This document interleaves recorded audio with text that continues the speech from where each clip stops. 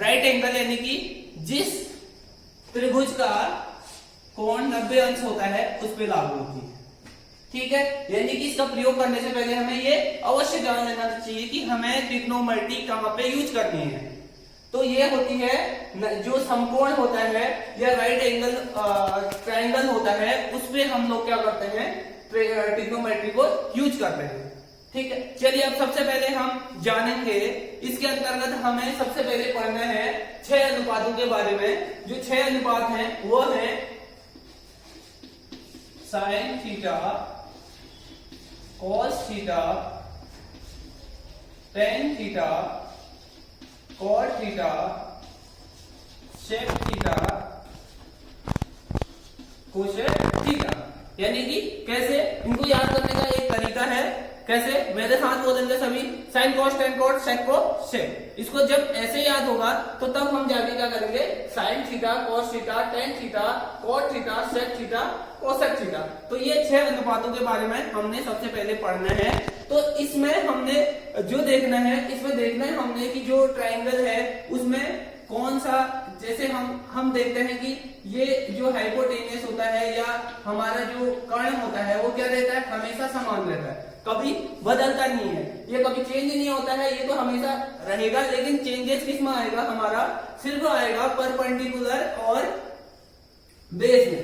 Perpendicular और base में changes आएगा तो वो चेंजेस कैसे होंगे, किसके अकॉर्डिंग होंगे, तो ये जो चेंजेस होंगे वो होंगे एंगल के अकॉर्डिंग। जो कि एंगल हमसे पूछा जाएगा या जो एंगल हमें दिया होगा उसके अकॉर्डिंग जो है चेंजेस आएंगे। तो इसके बारे में सबसे पहले हम देखेंगे कैसे चेंजेस आएंगे। ठीक है, तो सबसे पहले हम देखते हैं कि साइन थीटा का जो अनुपात होता है उसका होता है, यहाँ पे देखेंगे आप, उसका एक शॉर्ट फॉर्म में लिखा है लाल बट्टे कक्का, यानी कि LAL बट्टे KKA। इसका मतलब है कि साइन थीटा का मान, इसका मतलब हो गया यहाँ पे साइन कॉस टेन, यहां से फिर उल्टा जाएंगे, ये कॉट हो गया, ये सेक हो गया, ये कोसेक हो गया। ठीक है, यहाँ पे अगर हम लिखना चाहेंगे तो कैसे लिखेंगे, यहाँ पे लिखेंगे L upon K, cos theta को लिखेंगे A upon K, tan theta को लिखेंगे L upon A, cot theta को लिखेंगे, देखिए रिवर्स होगा यहां से, तो क्या होगा A अपॉन L, और सेक थीटा को क्या लिखेंगे K अपॉन A,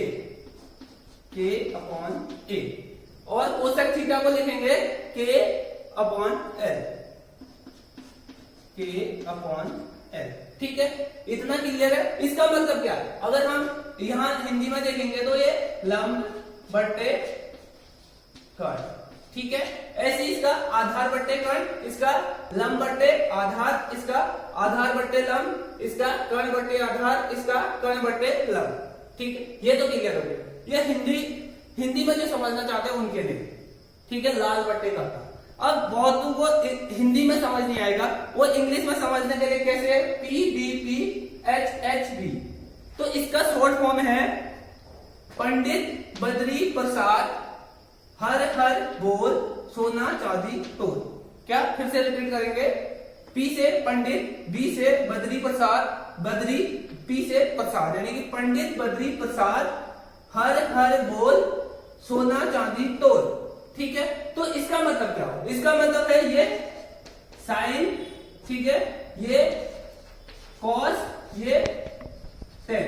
ठीक है, तो अब इसको कैसे लिखेंगे, यहाँ पे अगर इंग्लिश में लिखना होगा तो कैसे लिखेंगे, यानी कि sine P upon H, cos B upon H, tan P upon B। ठीक है, और cot B upon P, sec H upon B, और कोसेक क्या हो जाएगा H अपॉन P। तो ये है क्या, ये है परपेंडिकुलर अपॉन हाइपोटेनियस, यानी कि साइन का, और ये बेस अपॉन हाइपोटेनियस, ये हो गया परपेंडिकुलर अपॉन बेस, ये हो गया बेस अपॉन परपेंडिकुलर, और सेक का हो गया हाइपोटेनियस अपॉन बेस, और कोसेक का हो गया हाइपोटेनियस अपॉन परपेंडिकुलर। ये इंग्लिश मीडियम के लिए हो गया। ठीक है। अब हमें बहुत बार ये दिया रहता है कि एंगल का दिया रहता है कि अगर हमें मान लीजिए कोई जिसमें बी कोण समकोण है या 90 डिग्री का कोण बी है, तो इसमें दिया रहेगा कि साइन ए का मान निकालिए, साइन ए का मान निकालिए, ठीक है। साइन ए का मान निकालिए। तो अब हमें यहाँ पे सबसे बड़ी समस्या ये आती है कि कौन सा हमारा परपेंडिकुलर होगा, कौन सा बेस होगा और कौन सा हाइपोटेनियस होगा, ठीक है, या कौन सा हमारा आधार होगा और कौन सा हमारा लंब होगा। हमें समस्या किसमें आनी है, हाइपोटेनियस में तो आनी नहीं है, यानी कि कर्ण में तो हमें आनी नहीं समस्या, आनी किसमें, बेस और परपेंडिकुलर में ही समस्या आनी है। तो हम क्या देखेंगे कि हम जब भी किसी चीज की नींव रखते हैं, किसी अगर हमें मकान की नींव रखनी होती है तो सबसे पहले हमें उसके लिए क्या करना पड़ता है, उसके लिए आधार रखना पड़ता है। तो इसका मतलब इसमें भी यही होगा कि जिस एंगल की बात हम कर रहे हैं, यानी कि जिस कोण की बात हम कर रहे हैं, उस कोण का बनने का आधार क्या है, उसके कोण का बनने का आधार देखेंगे और वही हमारा आधार हो जाएगा। देखिए जैसे मैंने क्या बोला था यहाँ पे साइन ए की बात की थी, या साइन ए, मैं किस एंगल की बात कर रहा हूं, मैं ए एंगल की बात कर रहा हूं। अगर ए एंगल की बात कर रहा हूं तो इसका मतलब क्या है कि इसके साथ हाइपोटेनियस तो हमेशा ही रहेगा, क्योंकि वो चेंजेस नहीं होता है। चेंजेस किसमें होता है बोला मैंने, बेस और परपेंडिकुलर में चेंजेस होता है। तो यहाँ पे जो आधार बनेगा वो कौन सा बनेगा, इसके साथ मिलके जो है एंगल ए का निर्माण हो रहा है। तो इसका मतलब ये क्या माना जाएगा, ये आधार माना जाएगा, ठीक है। यानी कि इसका अगर मुझे साइन ए का मान निकालना है तो साइन ए का मान क्या होता है, लंब बट्टे कर्ण होता है। तो इसका मतलब ये आधार हो गया, तो इसका मतलब ये क्या हो गया, लंब हो गया। ये लंब हो गया तो ये BC अपॉन AC, ठीक है। अब वहीं पे अगर मैं देखिए यहीं पे मैं चेक करना चाहूंगा कि साइन C, बहुत बार ये पूछ लेता है साइन C का मान, ठीक है। अब देखिए यहाँ पे क्या क्या चेंजेस होना है, साइन C अगर पूछ देता है तो इसका मतलब मैं किस एंगल की बात कर रहा हूं, C एंगल की बात कर रहा हूं, ठीक है।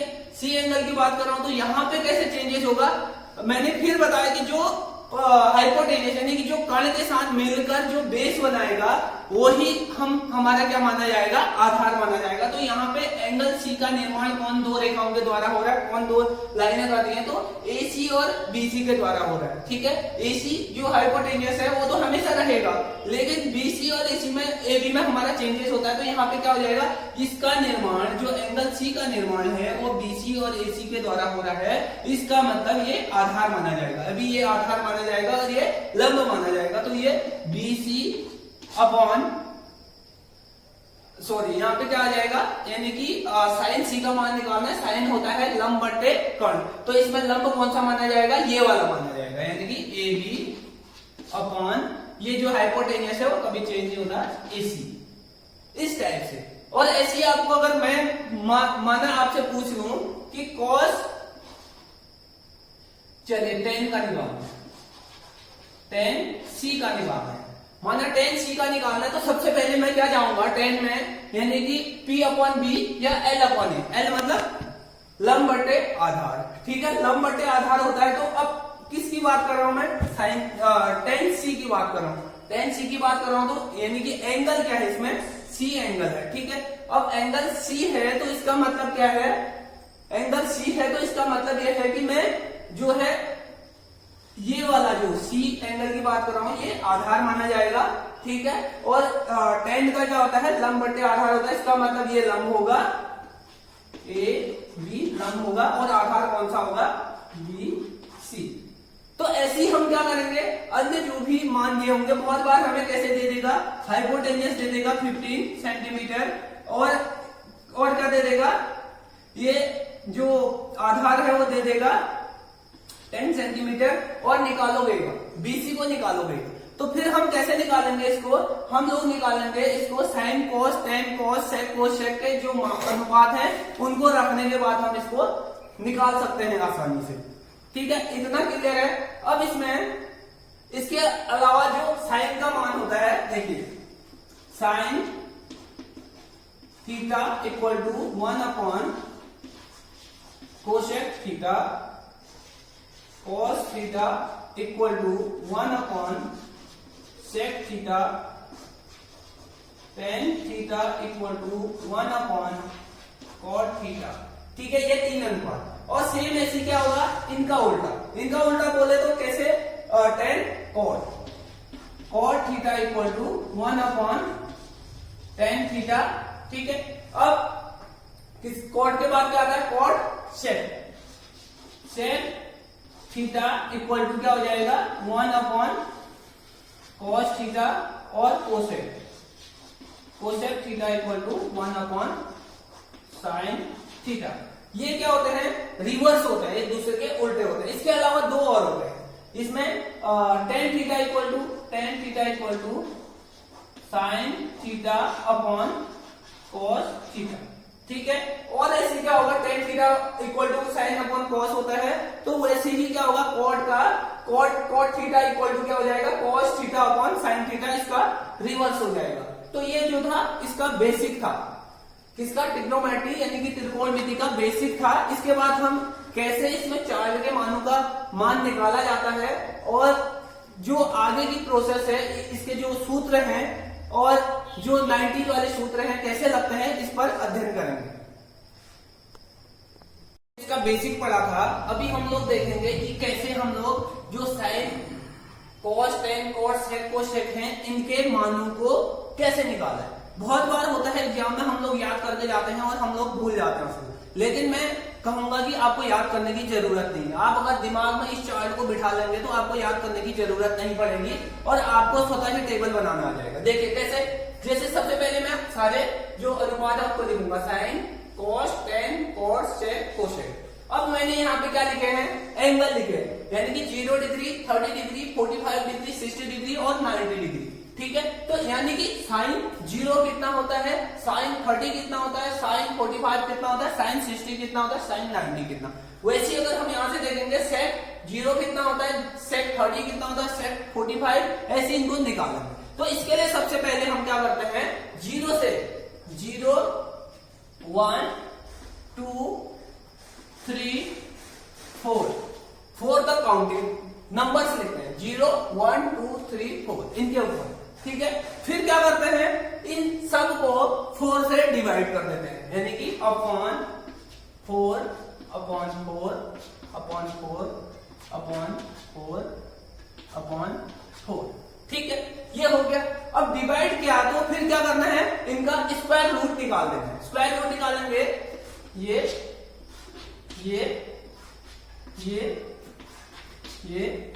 और ये। ठीक है, तो अब इससे क्या हो जाएगा, इसमें हमारा आसानी से साइन का मान निकल जाएगा। देखिए साइन 0 अपॉन 4, इसका स्क्वायर रूट, साइन 0 का मान 0। 1 अपॉन 4, देखिए 1 का 1 आता है, 4 का स्क्वायर रूट 2 आता है, और इसका 2 1 जा 2, 2 2 जा 4। 1 अपॉन 2 है तो 1 का स्क्वायर रूट तो 1 निकला और 2 का रूट 2 ही रहेगा। ठीक है, और रूट 3 अपॉन 4 का रूट 3 तो ऐसे ही रहेगा, इसका निकलता नहीं है, और 4 का 2 निकल जाएगा। अब यहाँ पे 4 से 4 डिवाइड हो गया तो 1 अपॉन 1 यानी कि 1। ठीक है, ये क्या निकल गया, ये साइन का मान निकल गया। अगर ये साइन का मान निकला है, देखिए ये चेन कहां से है, ये ऐसी चेन है। अगर मैं पलट के इसको यहाँ पे रख दूं तो ये कॉस का मान हो जाएगा। कॉस का मान कैसे, यहां से साइन 90 से शुरू करके उल्टा करेंगे तो कॉस के मान निकलेंगे। जैसे साइन 90 का 1 था तो यहाँ पे कॉस 0 का 1, और साइन 60 का रूट 3 अपॉन 2 था तो यहाँ पे कॉस 30 का रूट 3 अपॉन 2। ठीक है, अब ऐसे इसका होगा, क्योंकि ये सबसे मिडिल में है तो ये सेम रहेगा, और यहाँ 1 अपॉन 2 और ये 0। ठीक है, ये क्या हो गया, कॉस के मान निकल गए। अब जैसे कि हम जानते हैं कि कॉस का भी मान निकल चुका है, साइन का भी मान निकल चुका है, तो हम लोग क्या निकाल सकते हैं, टेन का मान निकाल सकते हैं। तो टेन थीटा इक्वल टू होता है sine theta upon cos theta. ठीक है, अब टेन थीटा, टेन 0 यानी कि साइन अपॉन कॉस है तो साइन 0 अपॉन कॉस 0 होगा, तो 0 अपॉन 1 कितना होगा, 0। और हम देखेंगे कि इसमें sin 30 अपॉन cos 30 ये 2 से ये 2 कैंसिल हो जाएगा, कितना आएगा 1/3 आएगा, ठीक है। और यहाँ इससे कितना आ जाएगा 1 आ जाएगा, क्योंकि इससे पूरे से ये पूरा कैंसिल हो जाएगा तो 1 आ जाएगा। अगर जिसको करना नहीं आ रहा तो वो ऐसे कर सकता है 1/2, यानी कि यहाँ पे देखेंगे हम 30 का मान कैसे आया, तो 1/2 अपॉन कितना था अपॉन √3/2 क्यों किया हमने ऐसा, तो इसलिए किया क्योंकि ये tan का मान था, ठीक है। किसका मान था tan का, tan थीटा का मान था। tan थीटा क्या होता है sin थीटा, यानी कि tan 30 का मान था, tan 30 का मान निकालना था तो sin 30 का मान रखा और cos 30 का मान रखा। फिर ये क्या हो जाता है, इसके नीचे होता है तो 1/2 मल्टीप्लाई 2/√3, ये 2 से 2 कैंसिल हो जाता है तो 1/√3 ये इस प्रकार से आता है, ठीक है। अब हम आगे देखेंगे, ये 2 से ये 2 कैंसिल हो जाएगा तो √3। अब यहाँ पे 1/0 है तो 0 का भाग जाता नहीं है तो ये इन्फिनिटी माना जाता है, यानी कि इसको अपरिभाषित या अनंत माना जाता है इसका, ठीक है। अब ऐसे ही हम लोग क्या देखेंगे, ऐसे ही हम लोग इसमें देखेंगे, देखिए हम लोग देखेंगे कि tan की जो थी हमारे पास श्रेणी आ चुकी है। अब tan की श्रेणी को हम पलट देंगे तो क्या बन जाएगा, ये cot का बन जाएगा, यानी कि ये इन्फिनिटी हो गया, ये √3 हो गया, ये 1 क्योंकि मिडिल में है, ये 1/√3 हो गया और ये 0, ठीक है। अब ये भी निकल चुका है, अब हमें किसका निकालना है, शेक का निकालना है। अभी मैंने क्या बताया था शेक का, शेक क्या होता है, शेक थीटा बराबर 1/cos थीटा, ठीक है। 1/cos थीटा होता है तो इसका मतलब cos थीटा के जो भी मान है उनका रिवर्स क्या उल्टा करेंगे तो क्या आ जाएगा, sec थीटा का मान आ जाएगा। जैसे cos थीटा का कितना है 1 है तो 1/1 कितना होगा 1, ठीक है। अब इसका क्या हो जाएगा 1/√3/2, तो ये क्या हो जाएगा ऊपर चला जाएगा 2/√3, ठीक है। ऐसे ही इसका कितना होगा 1/√2 आ जाएगा। इसका ये कैसे हो रहा है, अगर किसी को समझ नहीं आ रहा है तो वो देख सकता है कि sec थीटा 1/cos थीटा होता है। तो अब मुझे निकालना है किसका मान, sec 60 का मान निकालना है, ठीक है। sec 60 का मान निकालना है तो इसके लिए cos sec 60 = 1/cos 60, ठीक है। 1/cos 60 हो गया। अब 1/cos 60 हो गया तो यानी कि इसका 1/cos 60 का मान कितना है, cos 60 का मान है 1/2, ठीक है। अब ये क्या हो जाता है कि 1 × 2/1 हो जाता है = 2, 2/1 आएगा लेकिन 1 को लिखते नहीं है, उसकी वैल्यू उतनी ही रहती है तो इसको 2 मानते हैं, तो ये कितना हो गया 2 आ गया। अब ऐसे ही cos 1/0, ठीक है, cos 1/0 कितना आ जाएगा इन्फिनिटी हो जाएगा। अब हमें क्या निकल गया, sec के मान निकल गए, तो अब इसको पलट देंगे तो cosec के मान, यानी कि यहाँ से 0 का इन्फिनिटी आ जाएगा, यहाँ पर 2 आ जाएगा, √2 मिडिल में है और ऐसी 2/√3 आ जाएगा और यहाँ पे 1 आ जाएगा।